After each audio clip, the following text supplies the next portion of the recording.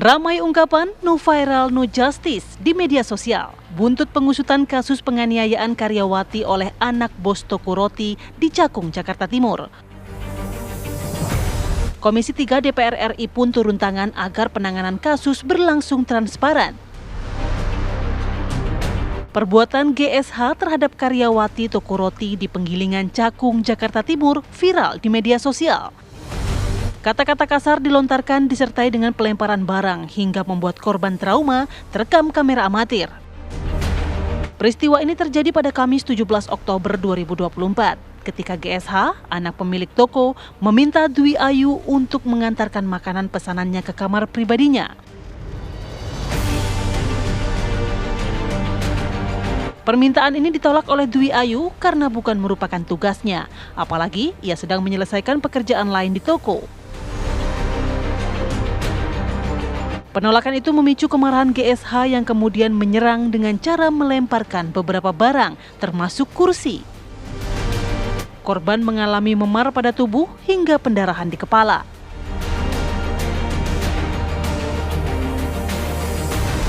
Polisi pun akhirnya meringkus pelaku yang ternyata berada di hotel daerah Sukabumi saat tengah menginap bersama keluarganya pada Minggu 15 Desember 2024. Polisi menetapkan GSH sebagai tersangka penganiayaan terhadap karyawati toko roti. Kendati akhirnya ditindak, penanganan kasus penganiayaan karyawati oleh anak bos toko roti ini pun memantik reaksi publik. Pasalnya, pelaku baru ditangkap usai video penganiayaan viral di media sosial. Kapolres Metro Jakarta Timur menjelaskan, pelaku sempat pergi ke Sukabumi untuk mengamankan diri. Lantas, mengapa belakangan ini muncul stigma kasus yang dilaporkan masyarakat miskin harus diviralkan dulu baru kemudian ditangani polisi? Tim TV One mengabarkan. Juga dari sebelum kejadian ini dia juga pernah ngatain saya miskin, babu. Terus dia juga sempat ngomong orang miskin kayak lu nggak bisa masukin gue ke penjara, gue nih kebal hukum. Ya, no viral, no justice itu yang menjadi anggapan orang-orang saat ini. Publik merasa kayaknya satu-satunya jalan untuk melawan si kaya ini hanya dengan memviralkan kasus-kasus yang terjadi terhadap si miskin. Nah, 2 bulan ini mandek kasusnya. Nah, apa yang kira-kira menjadi masalah dari kepolisian? Apakah begitu rumit sebenarnya masalah ini? Itu yang akan kita bahas di pagi hari ini bersama dengan narasumber yang sudah hadir di studio maupun juga melalui sambungan Zoom. Di studio ada Pak Yusuf Warsim selaku Komisioner Kompolnas. Selamat pagi Pak Yusuf. Selamat pagi. Kemudian juga tersambung di lewat Zoom itu ada Pak Bambang Rukminto, pengamat kepolisian, dan juga Pak Rudianto Lalo, anggota Komisi 3 DPR RI. Selamat pagi Bapak-bapak. Pagi Pak Putri, Pak Basim, Pak Rudianto. Siap. Baik, Selamat saya ingin ke Pak Yusuf terlebih dahulu. Pak, kalau Kompolnas sendiri melihat ini 2 bulan mandek, baru tertangkap pelakunya kemarin. Ini serumit itukah kasus penganiayaan yang dilakukan anak bos toko roti ini? Iya. Pertama, ini 2 yang perlu saya sampaikan. Secara umum tentu apabila didalami ada persoalan kurang maksimalnya di dalam memberikan pelayanan.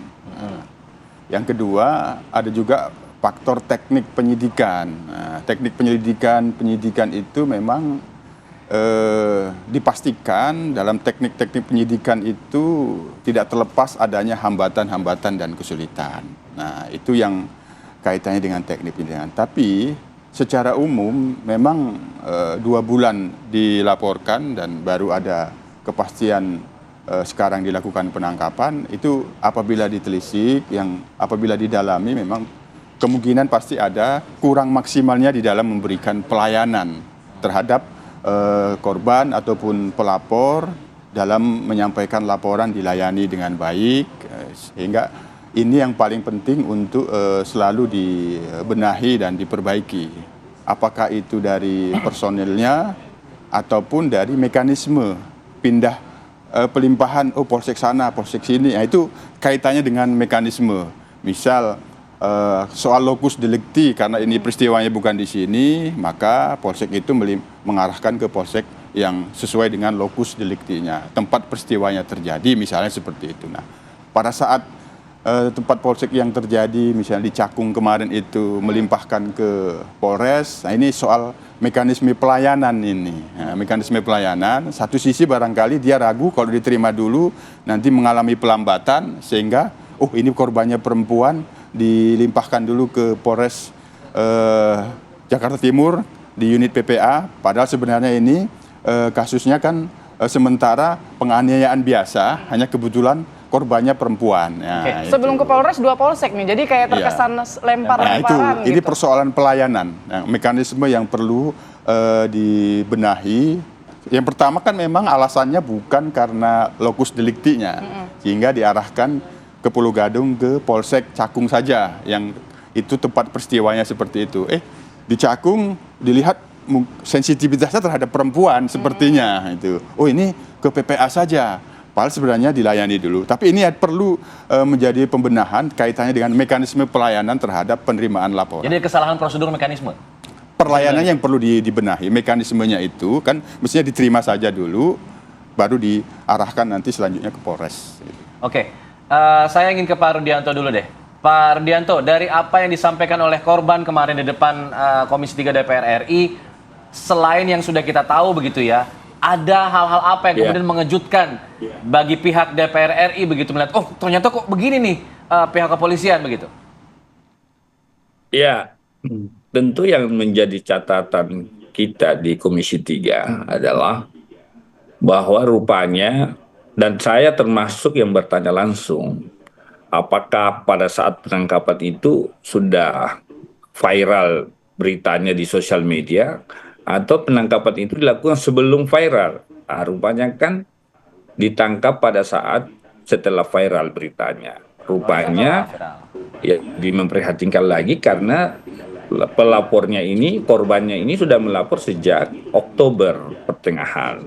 Dan sekarang sudah Desember akhir. Itu yang menjadi pertanyaan kami, kok bisa lamban sekali penanganannya? Ya kan, seharusnya kasus tindak pidana penganiayaan seperti ini yang saksi-saksinya banyak, lalu kemudian ada videonya, kemudian bukti visumnya itu kan terang benderang ya buktinya, sehingga tidak butuh waktu lama untuk melakukan proses penahanan kepada tersangka pelaku. Apalagi ini sungguh sangat namanya mentang-mentang dia orang kaya semena-mena, ya kan, apalagi ada diksi kata kebal hukum. Ini kan sangat mengganggu kita sebenarnya. Harusnya kasus-kasus seperti ini harus direspon cepat oleh kepolisian supaya tidak lagi ada peristiwa seperti ini, ya kan, apalagi ini sesuai dengan Pak Kapolri. Salah satu revitalisasi Polri yang disampaikan Pak Kapolri, Pak Sigit, adalah transformasi pelayanan publik. Apa artinya? Artinya ketika ada laporan pengaduan oleh siapapun, meskipun dia misalkan orang biasa, ya kaum bawah, kecil, miskin, justru pelapor-pelapor yang kategori kaum marginal seperti inilah yang harus diprioritaskan menurut saya. Bukan malah dikesampingkan. Nah, ini catatan kritis kita kepada teman-teman di Kepolisian Republik Indonesia, bahwa salah satu program revitalisasi Pak Kapolri adalah transformasi pelayanan publik. Karena itu kerja-kerja kawan-kawan di bawah ini harus mencerminkan bahwa betul-betul Kepolisian Republik Indonesia adalah abdi negara. Dia adalah pelayan bangsa. Seperti logo kepolisian, ras-ras sewak utama namanya. Ya, abdi negara, abdi pelayan, dan pelayan bangsa. Kira-kira begitu, Mas. Baik. Pak Rudi, tadi kalau kata Pak Yusuf ini ada mekanisme pelayanan yang perlu diperbaiki begitu. Tapi kalau dari pihak Komisi 3, ini analisanya apa Pak yang kemudian membuat penanganan kasus-kasus seperti ini tuh berjalannya lamban Pak? Harus kasus bisa kelar, tunggu viral gitu. Ya, itulah yang kita prihatin. Kalau kemudian ada persepsi di masyarakat bahwa kasus bisa ditangani kalau viral. Itu yang saya katakan kan, kalau begitu lebih baik Kepolisian Republik Indonesia menyampaikan ke masyarakat rakyat Indonesia. Kalau kasusnya Iya, mau ditangani betul. cepat, viralkan dulu di media misalkan. Itu kan tidak baik dalam konteks penegakan hukum Betul, kita. Tidak boleh seperti itu.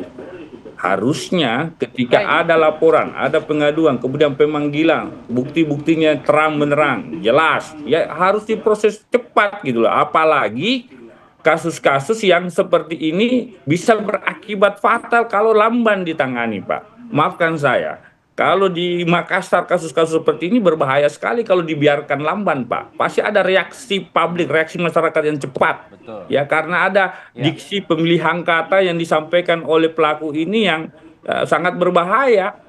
Nah, misalkan, saya kebal hukum, kamu miskin. Nah, ini kan keterlaluan ini pelaku ini. Karena itu kasus-kasus seperti ini menjadi pembelajaran supaya para penyidik, para pelayan, supaya betul-betul responnya harus cepat gitu loh. Apalagi Baik, Pak Rudi. presisi, prediktif. Harus cepat menangkap, menakar apa yang Yes. terjadi ke depan. Kalau lamban ditangani misalkan kan, kira-kira begitu. Baik Pak Rudi, kami juga sudah mendengar kemarin Pak Rudi kesaksian ataupun juga keterangan korban di Komisi 3 DPR RI yang menjadi pertanyaan kami adalah oke lah mungkin lempar dari Polsek 1 ke 2 dengan alasan bukan ranah TKP begitu. Kemudian di Polsek kedua, di Polsek Cakung juga alasannya karena tidak adanya poluan yang bisa menerima laporan dari korban karena korban ini adalah perempuan. Nah itu juga saya masih bertanya-tanya kenapa tidak bisa diterima begitu? Apakah karena memang harus jadi kalau saya perempuan harus menemui poluan perempuan juga kah laporannya atau bagaimana sebetulnya prosedurnya? Nanti saya akan tanyakannya ke Pak Bambang usai jeda berikut. Pak Bambang, kami akan kembali sesaat lagi.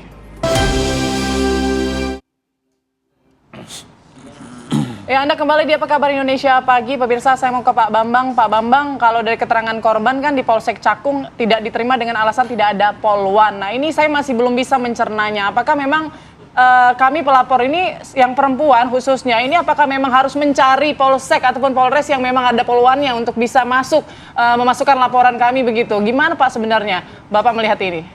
Ya, seharusnya tidak demikian ya. Masyarakat tentu melihat bahwa seluruh layanan kepolisian itu adalah sama, gitu. Mereka tidak melihat apakah ini ada poluan atau tidak. Melapor ya melapor saja seperti itu. Jadi kalau kemudian ini dilempar dari Polsek Pulau Gadung, kemudian Polsek Cakung, dan dengan alasan tidak ada poluan yang di Polsek Pulau Gadung dilemparkan ke Polres Jakarta Timur, ini hanya sekedar dalih saja dari minimnya profesionalisme kawan-kawan di kepolisian terkait pelayanan pada masyarakat seperti itu. Makanya terus kemudian kalau di Jakarta Timur juga responnya sangat lambat, ini juga mengkonfirmasi asumsi-asumsi yang beredar di masyarakat terkait pelayanan kepolisian. Dalih terkait lokus delikti yang tidak tepat, kemudian prosedur mekanisme, terus ada dalih terkait dengan skala prioritas pelayanan karena laporan yang kepada kepolisian dari masyarakat ini kan sangat banyak. Ini ada prioritas, ini sekedar dalih saja untuk membenarkan ketidakprofesional kawan-kawan di kepolisian. Memang harus ada upaya untuk membenahi ya, melakukan evaluasi di semua aspek terkait dengan pelayanan kawan-kawan kepolisian pada masyarakat ini. Karena saya melihat ada mindset yang salah ya di kepolisian, kawan-kawan kepolisian ini. Mereka melihat masyarakat ini berhadapan-hadapan, ada jarak dengan masyarakat. Seharusnya kalau mereka memiliki empati, tentu responsibilitasnya lebih tinggi, responnya lebih cepat, dan ada upaya pertanggungjawaban terkait proses penyelidikan maupun penyidikan. Karena kalau kita melihat kasus ini dilaporkan tanggal 17, terus kemudian responnya sampai sekarang juga tidak begitu signifikan. Ini menunjukkan bahwa responsibilitas ini masih hanya sekedar jargon saja dari kawan-kawan kepolisian seperti itu. Oke, tadi Pak Bambang menyinggung soal skala prioritas penanganan laporan polisi. Ini menentukan skala prioritas itu seperti apa sih Pak? Kalau kita lihat misalnya kita katakan ada 10 LP yang masuk. Ini skala prioritasnya dinilai dari indikatornya apa Pak?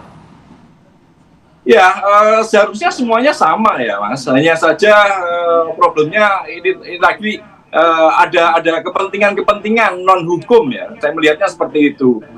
Skala prioritas ini berdasarkan pertimbangan ekonomi karena melihat bahwa yang melaporkan ini adalah kaum yang lemah, awam sehingga tidak diprioritaskan. Kemudian ada tekanan politik sehingga kalau ada kawan-kawan dari DPR yang melaporkan misalnya mereka akan segera cepat. Ini yang seringkali keliru dipahami oleh kawan-kawan kepolisian. Seharusnya semuanya harus sama, masyarakat di depan hukum ini adalah sama pelayanannya seperti itu. Tapi faktanya di mata penegak hukum ternyata tidak sama seperti itu. Oke, Pak Yusuf, kalau tadi dikatakan salah satu indikatornya adalah biasanya orang-orang yang dari kalangan ekonomi lemah seringkali dikesampingkan nih. Apakah ini artinya memang ada masalah ujung-ujungnya anggaran, ujung-ujungnya duit yang kemudian harus diberikan begitu untuk laporan polisi diterima? Laporan-laporan seperti itu datang ke Kompolnas juga? Sebenarnya dalam pantauan Kompolnas, kita sebagai pengawas, komitmen untuk memberikan pelayanan itu sudah cukup kuat. Tapi hanya ini kan ada persoalan kultur yang harus terus dibenahi, kultur melayani. Dalam kasus di Jakarta Timur ini, itu sekali lagi persoalan pelayanan yang kaitannya ada kultur.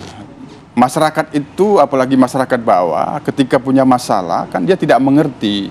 Harus lapor ke polisi Polda, ke polisi Polres, atau ke polisi Polsek. Bagi dia, di mana ada kantor polisi, maka disitulah dia datang. Itulah yang perlu dibenahi. Nah, sistem pelayanannya sekarang kan sudah zaman teknologi, perlu dibenahi sistem online. Jadi dimanapun masyarakat itu mengadu ke kantor polisi apapun, tetap dilayani. Jadi harusnya diterima dulu, walaupun pada akhirnya nanti dilempar di Polres. Betul. Nah, komitmen itu sebenarnya ada, cuma kulturnya, kebiasaan-kebiasaan untuk melayani dengan cepat itu masih yang harus kita benahi terus. Dibantu dengan pembenahan sistem online kan bisa diterima, tinggal diteruskan. Oh, ini lokus deliktinya nanti, oh di sana gitu. Oh, ini kasus ini korbannya perempuan, bagus, ada sensitivitas perempuannya. Khawatir ada sesuatu terkait dengan korban perempuan yang itu tidak bisa diungkapkan cepat, maka perlu PPA yang kebetulan PPA-nya ada di Polres. Tapi itu perlu dilayani, sekali lagi dilayani, karena masyarakat memang dimanapun dia mengalami masalah, sesungguhnya masyarakat bawah itu seperti kasus di Jakarta Timur, dia tidak akan pernah mengerti harus lapor ke Polsek, ke Polres, ke PMJ, kecuali dia didampingi oleh kuasa hukum. Disitulah filosofinya, maka harus dilayani dengan apapun, dimanapun kejadian tetap dilayani. Kaitannya dengan komitmen terhadap kelompok rentan, kami sendiri dalam Kompolnas itu sangat concern dengan kelompok rentan, termasuk korban perempuan. Itu menjadi skala prioritas mestinya. Tapi walaupun korban perempuan, tapi kalau kita lihat kesaksian dari korban ini sendiri kan sebetulnya ini penganiayaan umum ya, harusnya bisa diterima di mana aja begitu. Nah, itu kalau nanti soal teknik penyidikan. Yang penting ketika seseorang punya masalah, dimanapun ada kantor polisi dia datangi, yang perlu dilakukan dengan cepat pelayanan dulu, diterima, dicatatkan, persoalan nanti ini lokus deliktinya di mana, ini memerlukan PPA atau di mana, itu nanti diterima dulu, baru setelah itu disampaikan ke yang punya kewenangan paling utama untuk melakukan penyelidikan. Itu yang penting dilayani minimal dulu. Diantarkan lah ya gitu, atau mungkin dibantu hubungi Polresnya begitu ya, untuk bisa ditransfer begitu laporannya. Itulah sekali lagi kultur kepolisian yang melayani itu masih terus kami kawal, kita benahi terus menerus. Itu miss-nya di mana sih kultur pelayanannya yang Bapak anggap miss itu di tingkat Polseknya, Polresnya, atau Poldanya, atau Polri secara keseluruhan, Pak? Sekali lagi, komitmen untuk memberikan pelayanan yang baik itu sudah cukup jelas. Nah, hanya tentu diperlukan kultur, kebiasaan respon, sensitif, peka. Harus dari pucuk dong Pak, berarti atas, untuk kemudian menularkan kultur itu kan Pak? Ya itu kan kaitannya dengan persoalan pembinaan dan pengawasan. Oke. Perlu penguatan pembinaan kapasitas individu, konsep diri seorang anggota polisi yang harus melayani itu seperti apa, tapi tidak cukup sampai di situ. Pengawasan perlu dilakukan. Jadi di situ itu pengawasan internal di pos-pos pelayanan itu perlu ada. Kok kamu tolak itu, terima dulu. Nah, kira-kira seperti itu. Baik, saya ingin ke Pak Rudi. Pak Rudi, kalau kita lihat ini kan terjadi di Jakarta Pak ya. yang itu jadi miris justru di Jakarta saja seperti ini. Di kota besar ya? Kota besar, perwakilan negara lah bisa dibilang itu Jakarta nih ya. Nah kalau kita lihat di pelosok mungkin ada banyak juga kasus-kasus serupa yang tidak terpantau, tidak viral. Betul. Begitu. Nah ini bagaimana kemudian dari DPR RI untuk bisa mengantisipasi agar kasus-kasus seperti ini tidak berulang di daerah, apalagi terulang lagi di Jakarta. Usai jeda ya Pak ya, kami akan minta jawabannya tetap di sini di Apa Kabar Indonesia Pagi. Baik Pak Rudi, yang jadi sorotan adalah ini terjadi di Jakarta Pak, kota besar, kota metropolitan. Nah ini khawatirnya kasus-kasus serupa juga terjadi di wilayah-wilayah lainnya, di wilayah pelosok yang kemudian tidak viral, akhirnya tidak terselesaikan kasusnya. Nah ini bagaimana kemudian DPR melihat hal seperti ini agar tidak terjadi di daerah lain dan tidak terjadi di Jakarta tentunya? Ya, kasus kejadian ini kita bisa belajar banyak, apalagi setiap rapat dengar pendapat Komisi 3 itu ditonton live ya, bisa diakses, sehingga kejadian di Cakung ini, di Jakarta Timur ini bisa menjadi pembelajaran koreksi bersama bagi institusi kepolisian negara Republik Indonesia, bahwa prioritas pelayanan publiknya itu diperhatikan betul. Saya selalu mengatakan kalau ada orang kecil, orang miskin, orang kaum marginal yang kemudian mengadu, kemudian melapor karena ada dugaan tindak pidana misalkan, saya kira harusnya kepolisian negara itu memprioritaskan itu, memprioritaskan pelayanannya ya. Justru orang-orang kecil inilah yang harus diutamakan menurut saya. Karena tadi ini kan Polri tugasnya melayani, mengayomi, melindungi, ya kan, penegakan hukum. Siapa yang dilindungi, siapa yang diayomi kan orang-orang kecil justru harus jadi skala prioritas menurut saya. Sekalipun kita kedudukannya sama di hadapan, jangan malah sebaliknya. Justru karena misalkan pelakunya orang berduit, orang kaya, lalu kemudian hukum seakan tumpul. Kan tidak seperti itu. Kita tidak mau seperti itu. Ya kita berharap Polri dengan rentetan peristiwa yang menurut saya perilaku oknum-oknum kepolisian ini yang menurunkan kepercayaan publik terhadap institusi Polri ini harus betul-betul berbenah. Ya sungguh-sungguh mengevaluasi secara menyeluruh, komprehensif. Ya, apa yang keliru, apa yang salah, apa yang perlu kita luruskan, ya, sehingga tidak ada lagi peristiwa seperti ini. Ya, dan ini Pak Rudi, kalau memang ada kemudian muncul kalimat-kalimat seperti saya kaya, Anda miskin, kalau miskin nggak bisa lapor polisi, jangan-jangan memang masalahnya di anggaran, Pak. Jangan-jangan anggaran di tiap polsek, polresnya berbeda-beda atau kurang untuk bisa menangani sebuah kasus begitu, Pak. Kalau DPR pada saat memberikan atau menganggarkan anggaran pada polisian, detail sampai ke polsek, polres untuk penanganan LP nggak sih, Pak? Ya sudah pasti anggaran di kepolisian negara kita ini dari tahun ke tahun itu sangat signifikan kenaikannya. Tahun ini anggaran di 2024 totalnya ada 134 triliun. Saya kira ya mungkin kalau di Padang masih kurang sebagainya, tapi dibanding cukup besar. Sehingga kalau ada alasan anggaran di bawah, saya kira itu tidak masuk akal lah. Apalagi hanya pelaporan pengaduan. Harusnya ketika bukti-buktinya nyata, jelas, ya harusnya ditindaklanjuti segera. Cuma memang yang jadi problem adalah yang harus kita tanamkan dalam teman-teman anggota Polri ini adalah tanggung jawab ya, seperti kata Pak Sigit, ada namanya transparansi, ada namanya responsibilitas ya dari kawan-kawan, cepat merespon, tanggung jawab, itu yang harus kita tekankan kepada seluruh anggota Polri. Baik, kita catat Pak Rudi. Baik, terima kasih. Baik, saya ke Pak Bambang. Pak Bambang, kalau kita tahu kan sebenarnya pada saat 17 atau 18 Oktober kalau tidak salah ini laporannya sudah dimasukkan ke polisi, dan menurut keterangan polisi ini besoknya sudah ke TKP. Namun memang tidak ada saksi yang bisa diperiksa begitu. Itu yang menjadi hambatan pihak kepolisian untuk melanjutkan penyelidikan ini sampai akhirnya viral dan barulah kemudian tersangka ditangkap. Nah, kalau menurut Anda, pengamatan Anda, apakah itu bisa diterima sebagai alasan kemudian kasus ini mandek? Ya, tentu tidak bisa diterima ya. Kawan-kawan kepolisian yang datang ke TKP itu melaksanakan tugas seperti apa yang didapat di TKP. Kalau datang di TKP yang sekedar datang saja, tidak mendapatkan sesuatu barang bukti atau kemudian memanggil saksi ada di sekitar situ, tentu ini menjadi sangat aneh seperti itu.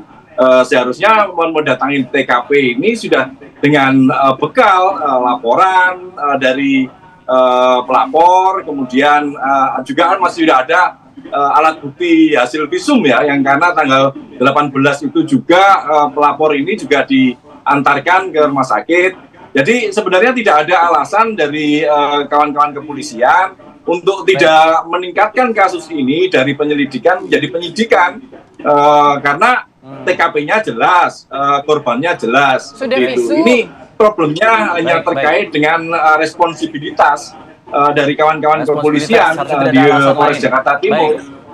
Seperti itu. Baik, Pak Yusuf, terakhir Pak. Harusnya tidak ada alasan lain untuk kemudian tidak melanjutkan kasus ini, termasuk soal anggaran yang katanya tiap tahun juga sudah nambah sebenarnya. Ini masalahnya di mana? Kemudian kalau memang masalah di anggaran, harusnya idealnya berapa Pak untuk anggaran per Polsek, per Polres untuk menangani sebuah laporan polisi? Atau perlaporan mungkin? Atau perlaporan, iya. Kalau soal ideal itu nanti kita harus cek kembali kebutuhan Polda Metro Jaya dengan di luar Polda Metro kan berbeda. Nah, cuman memang dalam bantuan Kompolnas di Polda Metro Jaya ini memang jumlah LP-nya sudah overload. Itu pasti mempengaruhi kinerja percepatan penanganan. Hanya tadi kita kembali saja ke budaya melayaninya itu. Nah, tapi kalau soal bagaimana penyidikan itu, dipastikan setiap ada penyelidikan dan penyidikan, dipastikan pasti ada hambatan untuk mendapatkan bukti-bukti. Seberapa besar, seberapa sulit hambatan itu, itulah yang menjadi tantangan penyidik terkait dengan profesionalismenya. Ini yang harus terus dipastikan di dalam pengawasan. Nah, tidak bermalas-malasan mencari bukti, itu harus ada pengawasannya cukup ketat. Nah itu, oleh karenanya kompetensinya pun sudah baik apabila ada lemah pada pengawasan. Tapi sejauh ini menurut kami, dalam pantauan kami, pada tanggal 18 ada laporan walaupun dialihkan, penyidik berusaha untuk mendampingi korban sampai ke dilakukannya visum pada saat ditangani Polres Jakarta Timur. Itu yang perlu kita catat. Oke, baik. Terima kasih Pak Yusuf, Pak Bambang, Pak Rudi sudah bergabung pagi hari ini di Apa Kabar Indonesia Pagi. Semoga kasus ini bisa berjalan lancar begitu ya, dan semoga kita kawal terus nih, viral terus. Semoga penegakan hukumnya juga sesuai dengan yang kita harapkan. Terima kasih banyak. Semoga tidak perlu viral-viral dulu baru kemudian kasusnya bisa kelar. Terima kasih semuanya. Assalamualaikum Bapak, terima kasih Pak Rudi, terima kasih Pak Yusuf, terima kasih Pak Bambang.